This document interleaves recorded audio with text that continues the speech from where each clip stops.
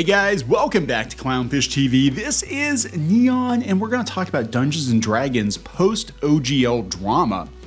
It seems like the damage has been done to Wizards of the Coast, despite some publishers like Kobold Press, I guess, walking it back that they're actually going to use 5e with Black Flag, which I don't understand why they're going to do that, but they are. A lot of players don't want anything to do with Wizards of the Coast after the OGL debacle, and they're getting all kinds of backlash on Twitter. They announced a Dungeons & Dragons heist tie-in. Keys from the Golden Vault is a new series of 13 heist-themed adventures, which ties in with Honor Among Thieves, and they announced it on DnDBeyond, and it's not getting a very warm reception. In fact, a lot of players are saying that they're still done with Wizards of the Coast, despite the fact that they did walk back that initial draft of the OGL, that they're going to keep OGL 1.0a intact. A lot of people moving on, so let's talk about this before we get into it any further.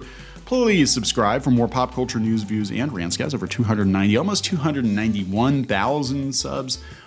Thank you for the support. We have been talking more about tabletop gaming over the last couple of weeks because of Wizards of the Coast being incredibly stupid and going out of its way to piss off its fan base with changes to the open game license. Initially, a draft that was leaked claimed that Wizards would effectively own anything you created, that if you were producing fan-made supplements that made any kind of money, that they got a revenue share from that, etc., and then they had to apologize and walk that back for now. And people are like, hey, we won, everybody, we won. It's like, I don't think they won. I think the damage to Wizards is absolutely done. I think it's done at this point. DnDBeyond put this up. Your mission, if you choose to accept it, 13 adventures for players level 1 through 11, exciting new format, allows players to plan their heist, play as one-shots or together for a full campaign. Pre-order today to unlock digital dice, frames, and more. So they're trying to tie everything into digital. And people are not very happy about it. I've renewed my DnDBeyond sub, but I'm not ready to purchase anything yet. I'm still nervous about you trying to pull more shenanigans. So I'm putting my money elsewhere until I'm sure you aren't going to try and do one D&D OGL shenanigans. Until then, look at all the Pathfinder stuff this person's buying. I'll stick with Pathfinder or my 3.5 stuff. As someone who's been playing since the 70s, there's nothing new you can offer me that I'd be interested in. I know I'm in the minority, but I prefer books, paper, character sheets, and actual dice to Zoom sessions and apps.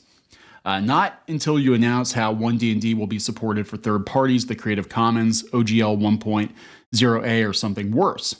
Oh, look, another anthology that will be difficult to inject into our own settings, can't be easily run as a cohesive campaign, only goes to level 11. What about tier 3 and 4? You made the levels, Wizards, D&D, bruh. People are still mad at y'all. Ain't nobody buying this. Pre-ordered the physical version while having everything digital at my fingertips might be handy. I don't think I'm going to make the jump.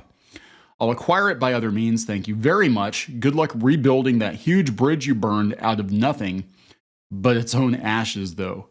For legal reasons, I have to say this as a joke. Also, the meme was stolen from Reddit. I ain't exactly for piracy, but I ain't exactly going to pay WOTC for their stupidity.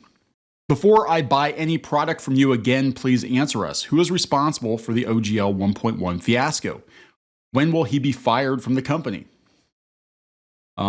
Please release older editions under a Creative Commons license and DM's Guild. You can rebuild a lot of trust and make a bunch of money that you're currently leaving on the table.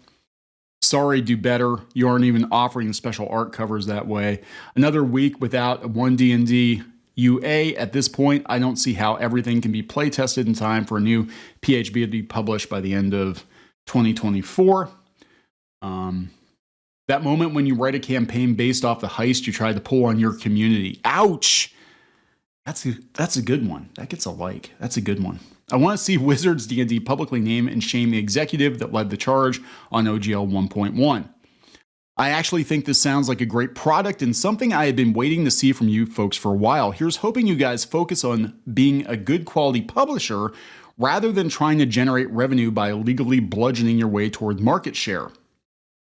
Your books are becoming more and more like they're made for 5-year-olds or those searching for things that hurt their feelings every day. I'm sure this one is no different. No thanks, I'd rather make up my own adventures and use physical books than everything hidden behind a paywall. Sorry, I just spent that much on the Pathfinder Humble Bundle and have a ton of new books to read through. Oh, look, another lackluster offering from WOTC, who'd have guessed? One more garbage offering from WOTC. Is it written in a way that's clean and concise all the way through, or do you have to take a month to clean it up like everything else you hurry to shove out? I bought Dragon Heist, played it once, tossed the book. Is it going to be that quality? Excited to find the PDF online for free somewhere else. The only reason I might buy this is to support up-and-coming authors. Can you provide the list of authors who contributed?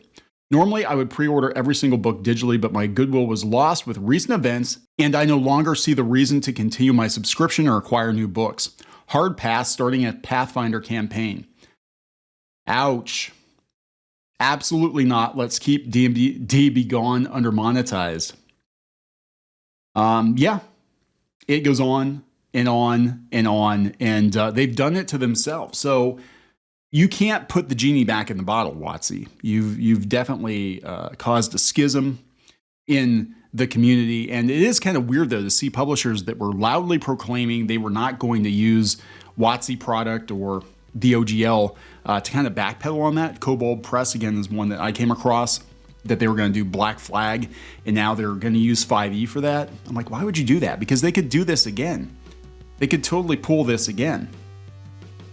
But here's what this new heisty movie tie-in anthology is about. Features a secret organization known as the Golden Vault. Players are given heisty tasks at casinos, museums, and prisons, and are encouraged to act as bandits and outlaws at every turn, all for the sake of good. While wanton thievery has its place, the Golden Vault is ultimately a benevolent force acting as a vigilante organization that steps in when the law fails. This is like Antifa? What is this? What is this? According to the press release, the organization's motto is do good no matter the cost. Okay. I'm not interested in this at all. So they just kind of ran it as is, the press release.